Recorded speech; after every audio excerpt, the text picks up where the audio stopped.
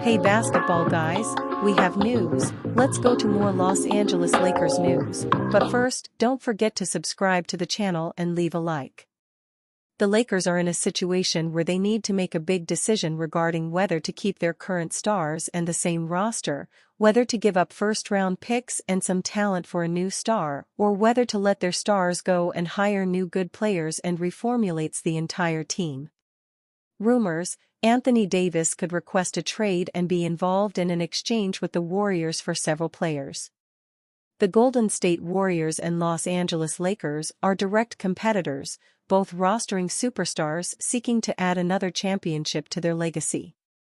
But could the two teams come together on a blockbuster trade? Bleacher Report's Dan Favale suggests a potential trade and, despite rumors of the Warriors' interest in LeBron James during the 2024 offseason, it does not include the four-time champ.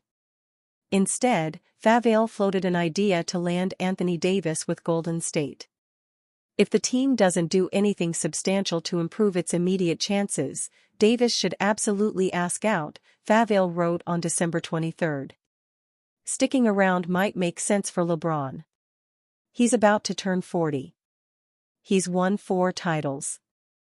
Bronny James, his son, is on the team. But Davis is 31, going on 32. He has officially entered that weird space where he's fully in his prime yet the clock is ticking. He should want to play for a contender. Lakers get Andrew Wiggins, Jonathan Kuminga, Kevin Looney, 2025 first-round pick, 2026 first-round swap, 2027 first-round pick, 2028 first-round swap, 2030 first-round pick, protected numbers 21 to 30. Warriors get Anthony Davis. As of December 24, the Lakers sat 0.5 games ahead of the Warriors in the Western Conference standings. The deal would be swapping one champion for multiple champions. But replacing what Davis provides would be a tall task for the Lakers, whose frontcourt depth is already a question mark before the trade deadline. Anthony Davis trade could turn Warriors into contender, give Lakers promising prospect in Jonathan Kuminga. Landing AD makes the Warriors a contender. He can play in the frontcourt with or without Draymond Green and has the skills necessary to be used outside a traditional pick-and-roll offense. His self-creation isn't quite on the level of propping up the show without Stephen Curry on the floor, but Golden State should be able to generate enough buckets during those stretches when pairing him with Dennis Schroeder. Giving up 3 first-rounders, 2 swaps, Kuminga and Wiggins will sting. The Warriors' wing depth, in particular, will be tested. Head coach Steve Kerr will have no choice other than to actually play Moses Moody, I think. You make this deal anyway. Notably, the Warriors have kept Kuminga out of previous trade talks, despite his sometimes tumultuous relationship with Kerr.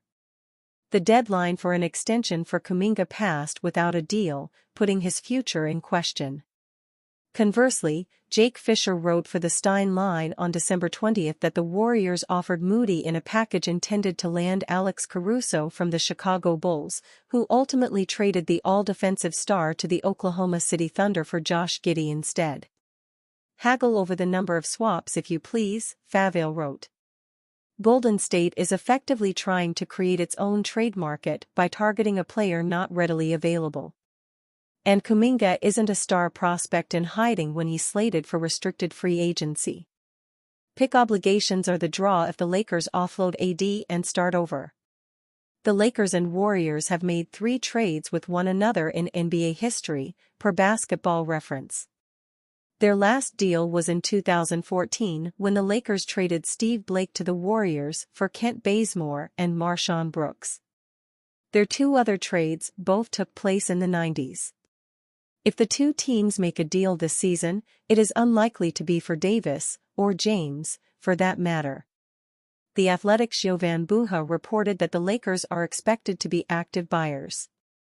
The Los Angeles Lakers are expected to be one of the more active buyers leading into the February 6 trade deadline as they try to maximize the final seasons of the LeBron James, Anthony Davis partnership, Buha wrote on December 17. Two players who almost certainly won't be traded, barring them asking out of Los Angeles, are Davis, $43.2 million, cap hit in 2024, and James, $48.7 million. The Lakers have gone 2-1 since then, while the Warriors are 1-2 in that same span. The two teams will face off for a showdown on Christmas Day that could turn into an audition with the trade deadline drawing near. Surprising Los Angeles Lakers report claims team has moved on from trade they've been rumored to make for weeks. An interesting new report suggests the Los Angeles Lakers are no longer interested in making a trade for a player they have been linked to for weeks. The first half of the Lakers' 2024-25 season was always expected to be up and down. In the summer, the organization chose not to make major moves to the roster and instead decided a head coach change was the remedy to their problems from last season. However, they replaced Darvin Ham with NBA veteran J.J. Redick, a former ESPN analyst who has no head coach experience at any level.